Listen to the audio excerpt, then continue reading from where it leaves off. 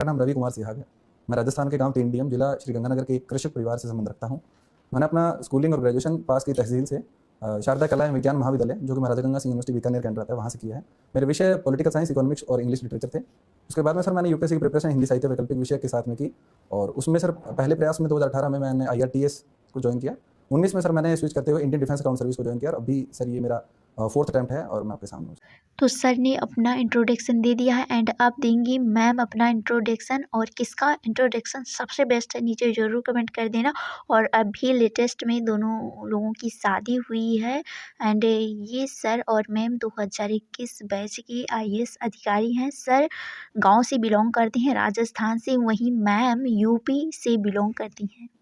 Vishnu. So my name is Ishita Rathi. I was born and brought up in Delhi. However, my roots lay in rural Uttar Pradesh.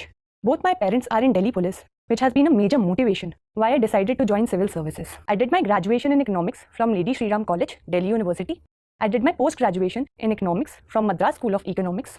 I have interest in mentoring and guiding students, and I like to play volleyball in my... तो sir यहाँ पर बताएंगे कि prelims के समय किस चीज़ पर ज़्यादा फोकस करनी है, क्योंकि सर भी हिंदी मीडियम से हैं। प्रीलिम्स के लिए जो तुम बेसिक पढ़ रहे हो उस पर स्ट्रिक्ट रहो, फालतू के बहुत ज़्यादा अभी इस टाइम पे बहुत ज़्यादा रिसोर्सेज को फॉलो मत करो। करंट को वेटेज दो, मगर इतना भी नहीं कि करंट सारा दिन पढ़ते रहो। जो बेसिक है उसको पढ़ते रहो, टेस्ट सीरीज लगाओ, कुछ अच्छे टेस्ट दो और प्रीवियस ईयर क्वेश्चन सॉल्व करो। सर ने बताया कि मेंस की कॉपी में हमें कैसे लिखना चाहिए हिंदी मीडियम वालों को। देखो, पॉइंट टू पॉइंट लिखना वो सबसे बेस्ट है कि अगर आप इंट्रोडक्शन कर रहे हो तो उसको ऐसे नहीं है कि आप आधे पेज से ज़्यादा कर दो। छोटा इंट्रोडक्शन लिखो, पॉइंट टू पॉइंट उसमें जितना भी पूछा है वो लिखो और एक अच्छा सा कंक्लूजन दो। मटेरियल बहुत है पढ़ने का, लेकिन वहाँ पे अपन को या तो 150 या 250 वर्ड्स लिखने पड़ते हैं, तो इतने ही लिखो।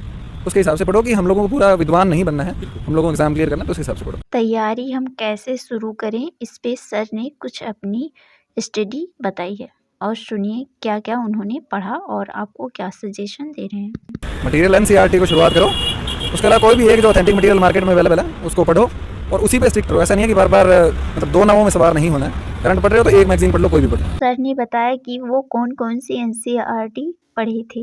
मैंने हिस्ट्री की, ज्योग्राफी की, इकोनॉमिक्स की, ये मेन 3 NCERT पढ़ी थी। यहाँ पर सर ने अपनी कुछ बातें रखी हैं, आप सुनिए और समझिए क्या कह रहे हैं। देखो, मार्केट में बहुत सारा मटेरियल अवेलेबल है, सारों को नहीं पढ़ना है। जो बेसिक चीज़ें हैं NCERT वगैरह उन पर फोकस रखो, टेस्ट पेपर लगाओ और बहुत ज़्यादा लोगों से राय मत लो। मैं भी बता रहा हूँ तो इसको भी ब्लाइंडली फॉलो मत करो। अपना दिमाग यूज़ करो कि क्या UPSC पूछ रही है, किस तरीके से उसमें क्वेश्चन आ रहे हैं, उसके हिसाब से प्रिपरेशन करो। तो सर ने बताया कि कोचिंग लेना चाहिए या फिर नहीं लेना चाहिए, और लेना चाहिए तो किन स्टूडेंट को लेना आवश्यक है। अगर तुम्हारा बिल्कुल बेस जीरो है, कोचिंग कर सकते हो। अगर सेल्फ करनी है तो सेल्फ भी कर सकते हो, दोनों अच्छे हैं। सर ने बताया कि UPSC के लिए नोट्स बनाना चाहिए या फिर नहीं, और बनाना चाहिए तो कब। शुरुआत में नोट्स बनाना ही नहीं चाहिए ना, इसीलिए मैंने जोड़ा। शुरू में कम से कम 3 या 4 रीडिंग करो, उसके बाद में नोट्स बनाओ। तो जो चीज़ें दिमाग में फिट हो गई हैं उनको नोट्स में लिखना नहीं पड़ेगा, जो नहीं फिट हुई है उनको नोट्स बना लो। इंग्लिश था मेरा मीडियम और मेरा ऑप्शनल इकोनॉमिक्स। आप लिस्ट में हो गए या नहीं वो ऑप्शनल डिटरमिन करता है। आपका ऑप्शनल इंटरव्यू में भी बहुत काम आता है, तो आपकी रैंक भी ऑप्शनल से ही डिसाइड होती है। तो मैं तो कहूँगी आपका 70% ऑफ द फोकस ऑप्शनल पे रहना चाहिए जब आप UPSC के लिए प्रिपेयर कर रहे हो हर स्टेज पे। मैम ने अपनी तैयारी के समय क्या गलतियाँ की थी आपको बता रही हैं और सुनिए। जो मैंने सेकंड अटेम्प्ट में करी थी वो मैंने सोचा था कि मैं इस अटेम्प्ट को बहुत ही ईमानदारी से सिर्फ और सिर्फ UPSC के लिए प्रिपेयर करूँगी।